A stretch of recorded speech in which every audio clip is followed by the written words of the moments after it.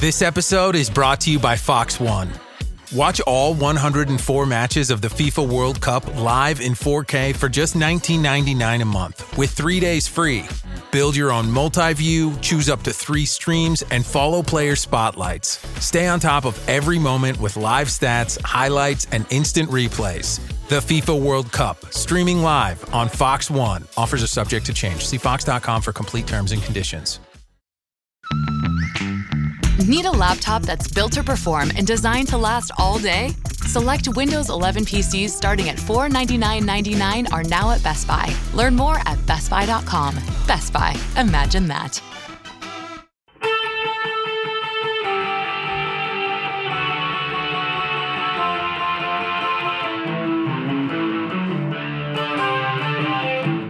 This is the Daily Blast from the New Republic, produced and presented by the DSR Network.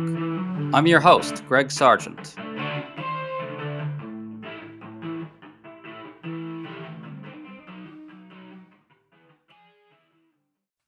It's now becoming clear that Donald Trump's failed war in Iran will have far-reaching consequences for our country, and geopolitically as well.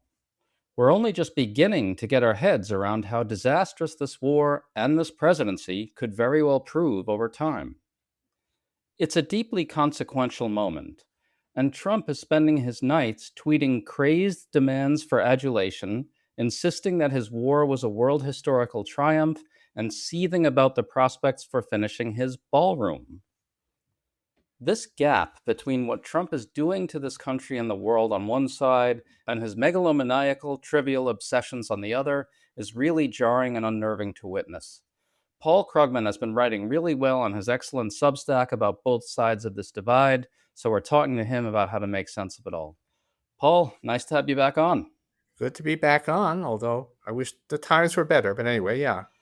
Exactly. So let's start with the easy stuff. At 4:32 in the morning, Donald Trump posted this, quote, "These fools who think I haven't been tough enough on Iran when the stock market just hit a record high and oil prices are tumbling down are either jealous, bad people, or stupid. Make America great again."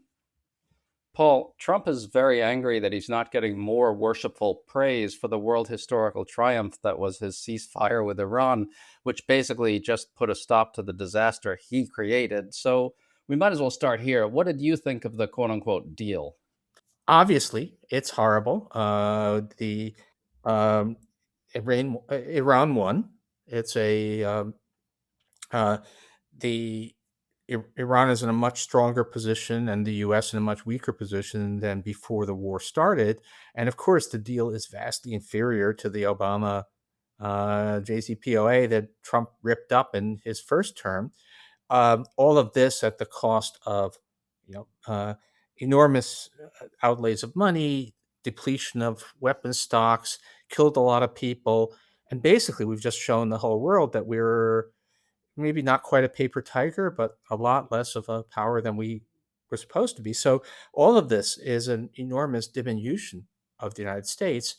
I don't think there are hawks are saying, why is Trump giving in? Why isn't he following up on his victory? But there was no victory. This is actually the best you could do given how the war has gone. In fact, he should have made this deal about a week in, when it became clear that the whole premise of his enterprise was not going to work. He could have made a better deal before the war started. Of course. He could have just done nothing. I mean, that would have been better. And he could have, going back in time, he could have kept that Obama agreement, which was doing a much better job of containing Iran. So, yeah. But it tells you something about where we are, that there are apparently a substantial number of, at least until recently, pro-Trump people who really believe that we were winning the war or we had won the war, which just shows you how detached from reality they are. Well, they're all in the same information bubble. Trump did another missive that was in all caps saying this, quote, "Oil is flowing. Iran can never have a nuclear weapon. The world will be safe. The stock markets are roaring, jobs are at records, and prices are dropping. Affordability. Our country is strong, safe, and respected like never before. You're welcome." Okay, Paul, he got nothing significant on Iran's nukes, and our country is weaker, less safe, and less respected. But I think we should step back. He's making a bigger argument there, isn't he? It's that in every way, the nation is booming, strong, and leading decisively in the world. What do you make of that bigger argument? Okay, so I mean, the stock market is up, no question about that. Although the stock market rose a lot under Joe Biden too. People, Trump would like you to put that down the memory hole. And stocks are up, by the way, around the world. There's a stock market boom. I haven't checked the numbers lately, but I believe that they're up substantially more outside the United States than inside the United States. So this is stuff that is not really reflecting uh, reflecting U.S. specific developments, and certainly not Trump specific developments. Presidents do not control the stock market. Um, but the and so leaving that aside, well, the economy, it's not booming. We are basically have had uh, slower job growth than we did in the last 2 years of Biden, and basically flat unemployment. So that's not great. It's not a catastrophe. It's not great. Real wages are lower than they were when Trump took office because we've had a lot of inflation. By the way, one of the things with this corruption of how we do stuff, click on pretty much any information site. I've been only looking at the ones that have to do with economic policy, but federal government information sites, which are traditionally, they're just sort of just the facts. Here's what's happening. Maybe discreetly touting administration policies, but you click on any site and you get a pop up that has a picture of Trump and says "Welcome to the Golden Age," which is all part of this incredible, the kind of dingbat cult of personality. He corrupts everything. It just seeps into every last corner of public life, basically. I think it's worth pointing out that this incredible personalized cult of personality for Trump, while it's at an absolutely ludicrous level now, this actually started a ways back. There was a fair bit of it under Reagan, and let's not forget George Bush and the flight suit, right? So this kind of the president is a comic book hero thing is something that appears to go along with modern Republican governance. But of course, it's reached a level of absurdity with Trump, both because of the extremeness of the cult of personality, and because the reality is that uh, there has to be a better. He's a fuck up, right? Basically, nothing, everything Trump touches turns to crud, and so it's really insane. Yeah, there are like a lot of dimensions to it. If you look at some of those late night tweets, the tweets we're talking about here, you kind of get hit by a real dose of somebody in very steep mental decline. I think it's sort of two layered, right? On the one hand, it's the sheer nakedness of the demand for adulation, which is just completely crazy. Somebody who's sunsetting very plainly in plain sight, who knows he's on his way out and is desperate to sort of have something that he can call a legacy. That's what we see there. But at the same time, you also see him completely detached from the reality of what he's actually done to us, what he's done to you and me, to liberal America, to blue America, even to red America, even to MAGA country. And Oh so, yeah, in some ways, especially to MAGA country, but yeah. right, two dimensions here of someone in steep mental decline, don't you think? Yeah, I mean, this is, uh, I'm not a psychologist, but I do. As my understanding is that uh, when you're sundowning, when you're in this dissociation that does, among other things, tend to come with age, that you, in some ways, become more like yourself. Those those aspects of your personality that were disagreeable and unpleasant and dysfunctional, but which you were able to at least police uh, when you were still more there. Now just come out. It's a little bit like, and, it's something like getting drunk or whatever. But anyway, there's a lack of complete lack of a filter now. Even the, I mean, presumably Trump always was a person who lived just for external adulation. I mean, it must be awful to be him. I think there's no insight at all. But 10 years ago, he was canny enough to keep it at least somewhat under wraps, and now he's just out of control. It all gets blurted out at 4 in the morning. Indeed. You had this video where you went very big picture, kind of assessing where we really are right now. I want to try to summarize your argument briefly. Basically, it's that the United States is no longer seen by our allies and much of the world as an indispensable nation. Our military can't do what we thought it could, can't force smaller countries like Iran to do our bidding or Trump's bidding. That due to Trump's tariff fiascos, we have less leverage in trade wars than we thought. That China has unexpected leverage over supply chains and important goods and important resources, that in part due to our abandonment of Ukraine, our one-time allies are looking past us to a post-American world, et cetera, et cetera. Is that the basic argument? Yeah, that's the basic argument. With the, it is worth saying that even things that I find somewhat encouraging, like the fact that Ukraine is holding, despite Trump having cut them off completely. The United States just stopped sending money and basically stopped the flow of arms. We won't even allow the Europeans to buy arms for Ukraine. And yet Ukraine seems to be gaining the upper hand, which is telling you that they don't need us. The world doesn't need us. And that's part of what's happened in Iran as well. It turns out that if there was one thing we thought that America really had was, well, we had the world's greatest military and we had the world's best weapons, and nobody else could manage without us.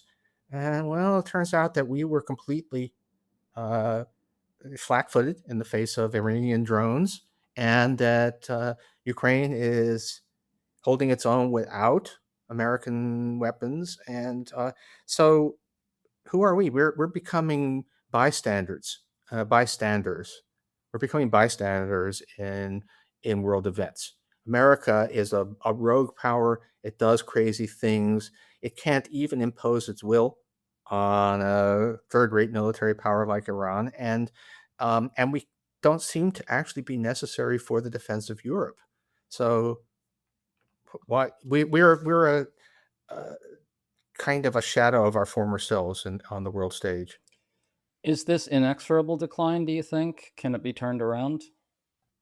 Some of it is probably irreversible, and some of it would have happened anyway. The truth is, to a large extent, the America as it seemed to be as Trump took office was an outmoded vision, and I think we didn't fully understand that. But there was still a reflexive tendency on much of the world to think that, well, you have to accommodate, you have to give in, allow yourself to be bullied by an American president no matter what. And that was all. The truth is, the fundamentals had already shifted against the United States in the sort of global power game. But then there's a lot that is obviously been made much worse by Trump's screw-ups. And what the world now has to suspect, even when Trump is gone from the stage, is, well, then who's the next guy, and how do we know that we won't have another Trump-like figure? Does an agreement with America mean anything, since we've just seen an American president rip up every agreement that we had? Does a threat from America mean anything, because we've just seen that same guy cave totally? And after all, this guy was elected. Sorry to say, was elected fairly by the American people. So what does that say about America? And we don't get that back. It took generations to build the reputation of America, and you don't get that back, unless you give us 3 generations of good governance from here on in. To stay up to date on all the news that you need to know, there's no better place than right here on the DSR network. And there's no better way to enjoy the DSR network than by becoming a member. Members enjoy an ad-free listening experience, access to our Discord community, exclusive content, early episode access, and more. Use code DSR26 for a 25% off discount on sign-up at thedsrnetwork.com. That's code DSR26 at thedsrnetwork.com/buy. Thank you, and enjoy the show.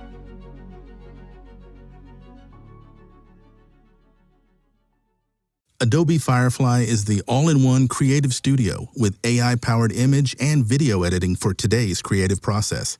Built for creators of every kind, Firefly helps you generate, edit, and experiment fast. Because the asks aren't getting smaller, the budgets aren't getting bigger, and the timelines, oh yeah, still tight. With all the best creative AI models in one place, Firefly brings your ideas to life. Unlock a better way to make with Adobe Firefly. Choice Hotels get you more of what you value. Here's a little tune to help you remember. Same drive, different day. Don't you wish you were getting away? Pack your bags and come on through. Texas, Ohio, Alaska, we're up there too. Comfort Inn, it's calling your name. Save on the stay. Oh, and free waffles are yours to claim. Well, I hope you like my little song. Book direct at choicehotels.com. Suffering from dry, tired, irritated eyes? Don't let dry eyes win. Use Sustain Pro. It hydrates, restores, and protects dry eyes for up to 12 hours. Sustain Pro. Triple action dry eye relief. Well, I want to highlight another aspect of our self-inflicted wounds. You brought up Spain as an example of a country that weathered the energy shock from Iran well because it's transitioning to renewables quickly. Here's another area where Trump has set back our country tremendously. He's on two fronts, trying to strangle the transition to clean energy in every way he can. It's like a whole of government approach to strangling the clean energy transition. And at the same time, he's delivering a big oil shock with the Iran war. I guess that'll lessen a bit, but it'll take time. But we have learned that being dependent on oil is a problem, right? The lesson here is that making this transition is even more imperative. And at the same time, we're lagging behind by choice. How bad is this self-inflicted wound, and what can be done about it? Well, yeah, I mean that's a really on Wednesday, the Interior Department announced that it was paying another $765 million to an energy company not to build wind farms. Right, we're actually not only refusing to follow pro-green energy policies, but actually spending taxpayer money to block it. The Pentagon is using spurious national security concerns to block development of wind farms. So this is a aggressively anti-renewable energy administration, and that's we can talk. I will be talking shortly on the Substack about the motivations, but um, the at a fundamental level, again, this is one of these things where U.S. influence was kind of fated to decline. The U.S. does have oil and gas in a way that other advanced countries do not, and so that gave us something of a special position. But with the incredible progress in renewable energy, that matters a lot less than it used to. But then on top of that, you have both. The U.S. is we are basically alone. Everyone else is marching towards a energy transition, and we're trying to go back to coal.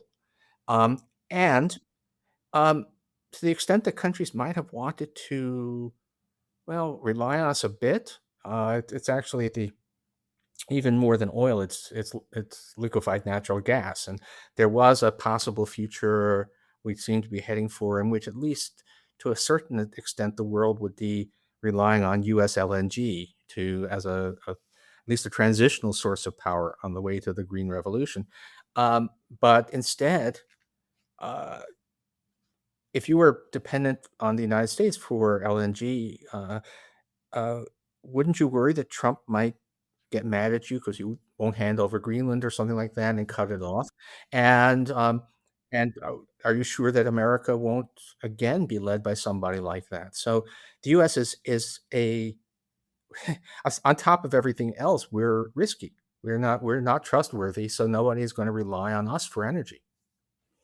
Well, Trump's focused on the important things. Here at 2:51 a.m., he went on a rampage about his ballroom. He insisted it's coming along brilliantly and effectively demanded more adulation for how great it's going to be.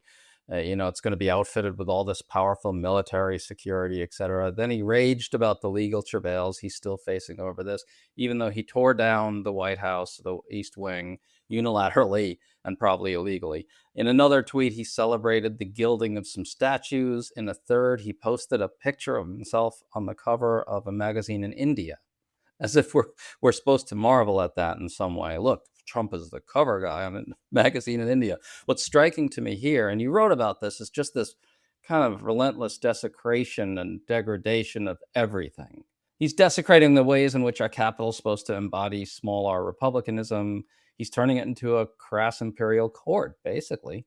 Yeah, I mean, Washington D.C. was designed very much with classical models in mind. The founding fathers were very much into ancient Roman history, but they were into the history of the Roman Republic, not the empire. They wanted, and all of the, we have all of this grand monumental architecture in DC, but it's all celebrating, the people, the Republic. It's not personal glory. And the and certainly you would never exalt a currently living president that way. So, uh, I actually I live in New York, not too far from there. There's along Riverside Drive, along the west end side of Manhattan. There's a series of monuments. There's Grant's tomb. There's the Soldiers and Sailors Monument, and so on. And they're all very impressive. They're kind of like Washington D.C. in a way, but notably, there's no personal glorification. Even Grant's tomb is not a monumental statue of Grant. It's a celebration of defense of the Republic. The Soldiers and Sailors Monument has the names of generals, but they're in plain type, and and battles, which include the defeats as well as the victories, because this is the Republic. We are stoic, we are modest, and now we have Trump gilding everything, wanting to erect a gigantic arch of triumph in the Capitol, um, and uh, and filling the reflecting pool with algae, which is just showing that the gods have a sense of humor. Yeah, that is perfect. The Drain the Swamp guy is filling the reflecting pool with algae. I just want to try to pull this all together. I guess what really bothers me about this moment is that Trump and JD Vance don't feel like a shred of obligation to speak to the country with even minimal candor at all about what just happened, right? Everything is all about false glorification of Trump, and it's always just about using the most cynical lies they can to insulate him from any accountability for this calamity. It's always all about him, no matter what. There's like no sense of obligation on their part to function as real leaders or statesmen who care about the nation and its future and have a conception of what's in the interests of the American people. How do you put all this together in your mind? Well, it's about them, but I think the real question is what has happened to us, or at least to the Republican Party, but I think it may be even broader than that, that this can happen. What is, where uh I remember there was a time when people used to think of Marco Rubio as a sort of reformist Republican, that reformicon, whatever that, and now here he is walking around in oversized shoes because Trump bought them for him and he's afraid to take them off, and acting as a lickspittle for all of this crazy ego demonstration. My God, I think there's a whole there will probably be many future books written about the downward spiral that everyone who deals with Trump seems to go into. But um, we always knew that there were people like Trump, uh, but the idea that the basically the world's oldest republic, I think, that the nation that invented Republican values and democratic norms puts up with it. That's what really shocks me. Well, let me just close out this way. It's my feeling a little bit that Democrats, while they're functioning more as an opposition than maybe they were at the outset of Trump's second term, when they were clearly snake bitten, just terrified. And on some level, Democrats had widely concluded that Trump had put his finger on some sort of real popular sentiment that everybody missed. I think that was never true. He won by 1.5 points, and it was at a time of inflation and post-COVID shock and so forth. But that's where Democrats were. Now they're functioning more as an opposition, But still, I feel like there's a smallness to their politics, Paul. And you've been writing about the big problems here and sort of the desecration plus the decline, those two sides that I talked about.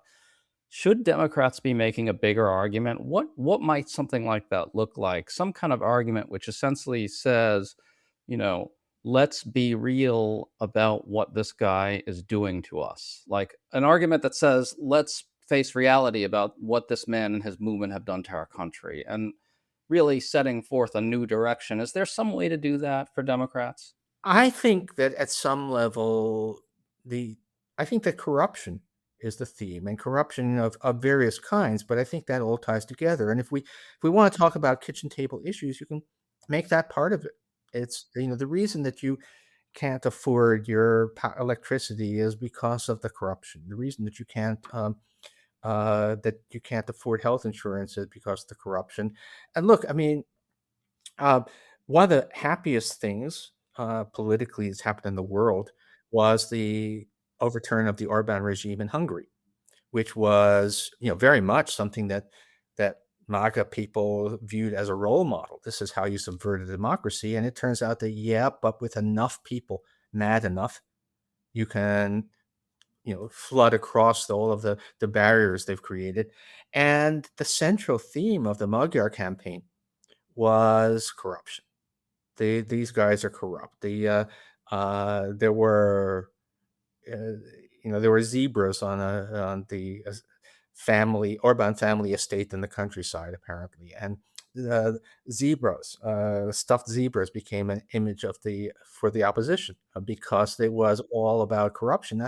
That seems to me like people may not think in terms of abstract. They certainly won't think in terms of Republican norms, but to make it just, well, I can shave 15% off the price of gasoline if you elect me. That is not how to stop this horrifying term. To say these people are utterly corrupt, self-centered, and you are paying the price. That sounds like a movement that can work. Yes, and I like the idea of using corruption to sort of open the door to an argument about moral corruption and degradation, which I think people sense that that's happening. That the reflecting pool and the algae and the tearing down of the White House East Wing and the replacement of it with a ballroom and the arch. Those are things that really resonate for people, and I think it's because of what we're talking about here, right? There was a point at which Democrats said something like, "Oh, the ballroom's a distraction," right? But it's clear that these things have profound resonance for people for these reasons, that there's a sense that our common life or something like that is just being fundamentally degraded at a very profound level. And I think the corruption argument opens the door there. I'd point out, by the way, just to close out, that the Magyar campaign was also about what this man, Orban, and his movement, Orbanism, did to us. Look what he did to us. And that seems like there's you've been writing about what Donald Trump is doing to us. And it seems like some Democrats need to step up and grab that mantle in some way, I guess. Yeah, and I think fire some of the consultants, but no, I mean, Yeah. and I would say, I'm a numbers guy. I like to live, in a lot of ways, I view the world through spreadsheets, but it's not about the numbers. 300, if there's 300 million of taxpayer funds going to the ballroom, whatever, in the scale of the federal budget, that's not big, but it's a symbol of this horrible thing that's happening. And I think it's something people can relate to. Paul Krugman, thank you so much for writing your Substack. I learn from it all the time, really. I'm not exaggerating. I learn from it every day. And Paul, thanks for coming on with us. Well, thank you. Hey there, I'm Travis Hoyam, one of the hosts of Motley Fool Hidden Gems Investing. Each weekday on Motley Fool Hidden Gems Investing, we talk through the business news you need to know and the stories moving stocks on Wall Street. On weekends, we game plan personal finance strategies and dive into the industries shaping tomorrow and host the experts, authors, and executives that understand them. Tune in for insights and a long-term perspective on investing and, of course, stock ideas, plenty of them. To quote a listener, it pays to listen. Check us out and subscribe wherever you listen to podcasts.